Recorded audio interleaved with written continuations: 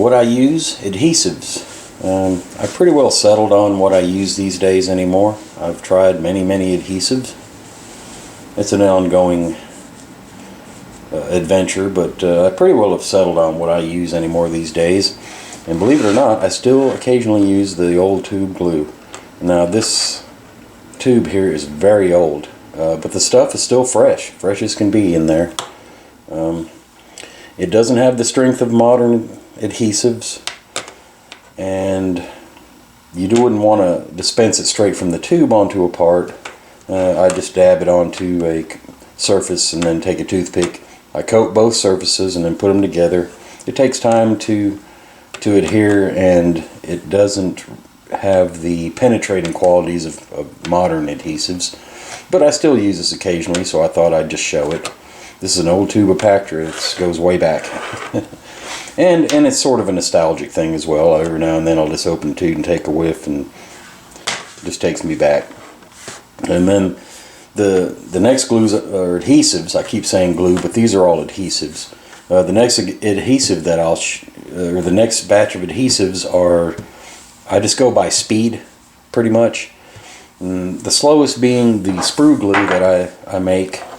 I use this as much as a filler as I do as an adhesive.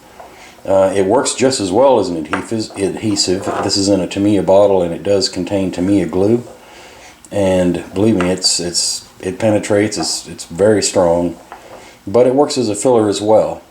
But it's my slowest acting adhesive that I have, that I normally use. And I'll go into more detail about making this in my next what I use when I talk about fillers, because that's primarily why I have this stuff. But it's an adhesive just as well. The next one is kind of a medium speed, which is the testers. I know some people don't like this stuff for whatever reason, but it's actually, I think it's a very good adhesive. It penetrates well, it welds, it works really well. It's a little bit slower than some of your faster stuff, which is good. You know, it's good to have different speed adhesives these days, because they all penetrate really good. All your modern stuff penetrates no problem, welds, and it's just down to speed, you know, how much time you want to have to work parts and whatnot. And I really like this stuff. Now, I did chop off the brush inside, because the brush is not very useful. I have a tube that's glued to or taped to the side of the bottle that I keep a brush in, and that's what I use to apply this stuff with. And it doesn't harm the brush. It's a synthetic brush. It just dries out, and you just keep using it. It never gets crusted up or anything like that. But I use the brush, and one thing I'll say is, instead of pulling out the cap and brush out of this, I would leave that cap section, because that's part of the seal. It's a plastic seal. So what I do is just snip the brush off on this, and this is like my third bottle of this stuff, and it'll still seal, and then you can use a brush. The next one is pretty much the mainstay, which is Tamiya extra thin. It has a really nice brush in it. This is a fairly new bottle that I just busted out. This is probably my third bottle of this stuff, and I use it a lot because it's fairly quick and very good penetration, but it's really stinky. It's the most stinky of all the adhesives I have, but it does a great job. It's the perfect in between, the best all around adhesive, in my opinion. And then I use something I've been using lately, well, for the last 3 or 4 months, and as you can tell, it doesn't take much of it. I still got pretty much darn near a full bottle, but is the Bondine. Now this Bondine is much faster than the extra thin. I would actually say it's thinner, if that's even possible, than the extra thin, but it's extremely fast, and it doesn't stink that bad, but it's very strong. When it comes to gluing just raw styrene, this stuff is strong, and it evaporates just almost instantly. I mean, with the extra thin, you can get away with putting some on parts and then putting them together and still have time for it to seep and grab and weld. With this stuff, you literally don't have time to even do that. If you had 2 parts ready in your hand, and put some of this on one part, just that time it takes to get those two parts together, it's half evaporated and your strength is gone. But when it comes to going down through a seam, this stuff is, I would say it's better than using the extra thin even, which the extra thin works fine for that, but this stuff is like instant, soaks in, done, and very, very strong, especially for raw styrene. The next glue that I use, or adhesive, I keep saying glue, the next adhesive that I use is super glue, and I use a lot of it. And I buy the tubes anymore. You know, I used to buy the bottles, and I've bought several, and I've kept them and stored them in the fridge and done this and that with them and tried every trick, but I have never been able to go through a full bottle without it crusting up or drying up or thickening or losing its potency.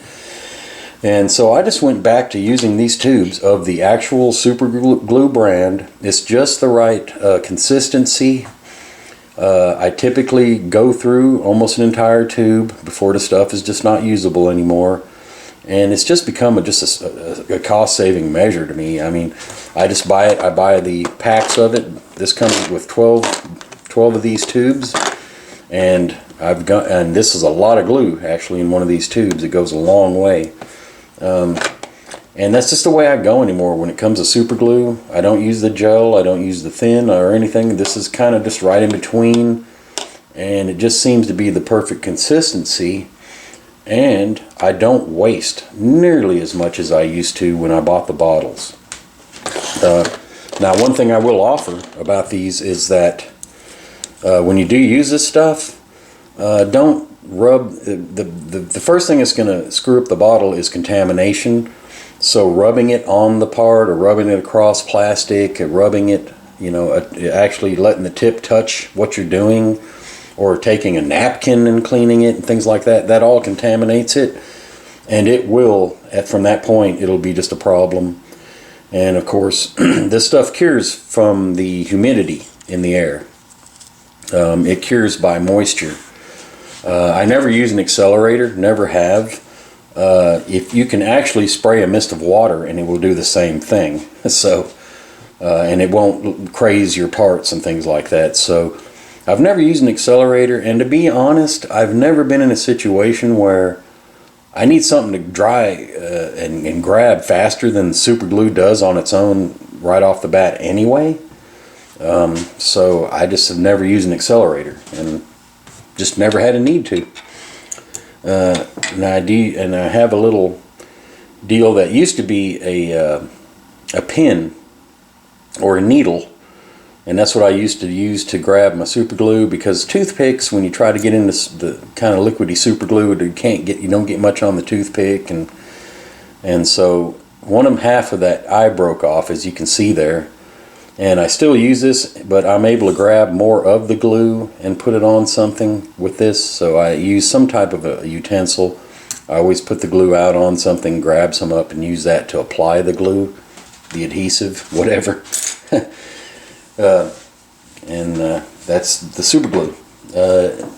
On rare occasions, I will use epoxy, and I just use the 5-minute. You know, you mix it 50-50. And for really... I use that only on things that have got to be really strong. Parts that I'm having to clamp together to get them to hold, I'll use epoxy, you know, to hold it. Such as the 71.5, or is it the 70.5 or 71.5 Camaro. To get that body over the chassis and get it glued and everything, it takes an act of Congress without that model just exploding on you. And that's one instance where I can remember having to use epoxy to glue it together. And then I just get into the more exotic stuff, seldom used, well, not really seldom, but, you know, the future glue, which is basically just evaporated future. And this stuff is like real clear honey. I use this for lenses, photo etch, things like that.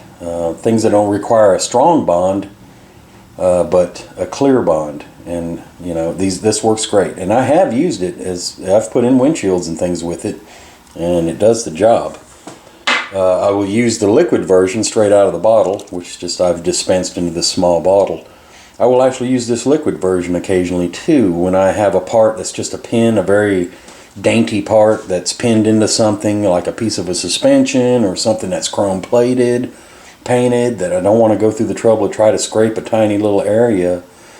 I will just put a drop of this on there, let it seep into the mating part, and this stuff's actually, it's surprisingly strong. But it is brittle. I mean, it will not handle shock, but it will definitely glue things, and it will glue things, again, like photo etch and whatnot. Of course, in this case, you would let it start to get tacky before you attach the part. And then in the same vein, you can use enamel clear coat.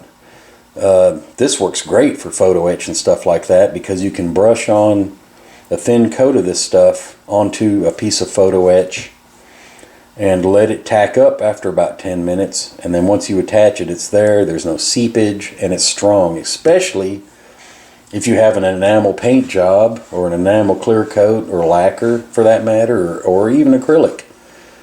This will just attach itself and it's on there.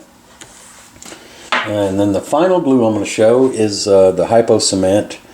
This stuff was originally designed for watchmakers for attaching crystals to watches and things like that. It's very, very clear. It's almost crystalline.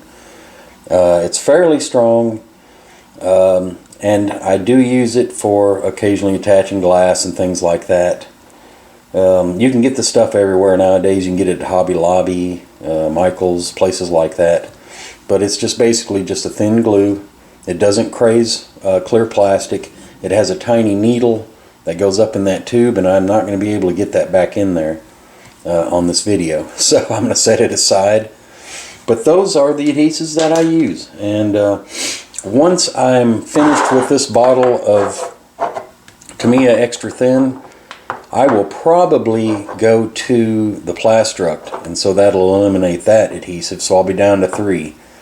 The sprue glue, the testers for medium thinness, and then the Bonding for thin.